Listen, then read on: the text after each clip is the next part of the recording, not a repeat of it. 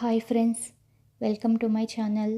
ఈరోజు టమాటా రైస్ ఎలా చేయాలో చూపించబోతున్నాను. ఈ రైస్ చాలా బాగుంటుందండి, టేస్టీగా ఉంటుంది. ఎలా చేసుకోవాలో చూద్దాము. 2 గ్లాసుల బాస్మతి బియ్యాన్ని ముందుగానే కడిగి నానబెట్టుకున్నానండి.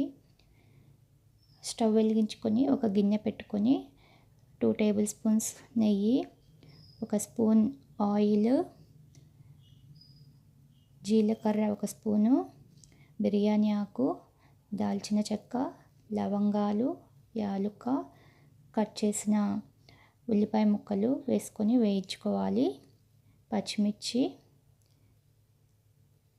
1 స్పూను అల్లం వెల్లుల్లి పేస్ట్ కూడా వేసుకొని వేయించుకోవాలి. ఉల్లిపాయలు గోల్డెన్ బ్రౌన్ కలర్కి వచ్చాక టమాటా ముక్కలు 2 టమాటాలని ఇలా ముక్కలుగా కట్ చేసుకొని వేసుకోవాలి. 1/2 స్పూన్ పసుపు వేసుకొని ఫ్రై చేసుకోవాలి. టమాటాలు బాగా మెత్తగా ఉడికిపోవాలి.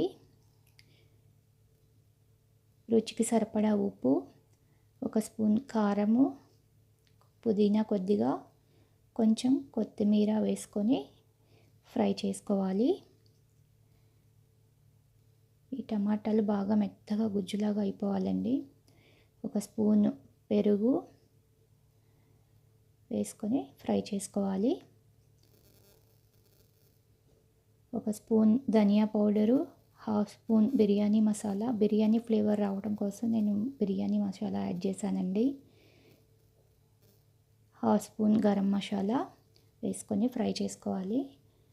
ముందుగానే నానబెట్టుకున్న బాస్మతి బియ్యాన్ని కూడా వేసుకొని 2 మినిట్స్ ఫ్రై చేసుకోవాలి.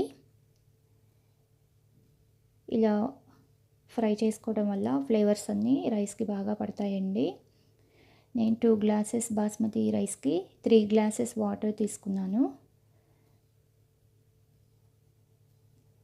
ఇలా బాగా కలుపుకొని ఉప్పు అవి చెక్ చేసుకొని మూత పెట్టుకొని ఉడికించుకోవాలి.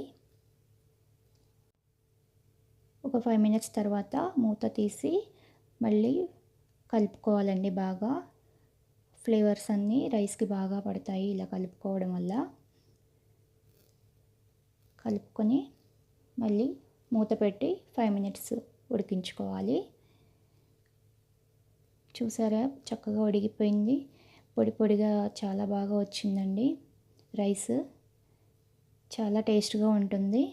ఒకసారి మీరు కూడా ట్రై చేసి ఎలా వచ్చిందో కామెంట్స్లో చెప్పండి. మీకు కనుక ఈ వీడియో నచ్చితే లైక్ చేయండి, షేర్ చేయండి, సబ్స్క్రైబ్ చేసుకోండి.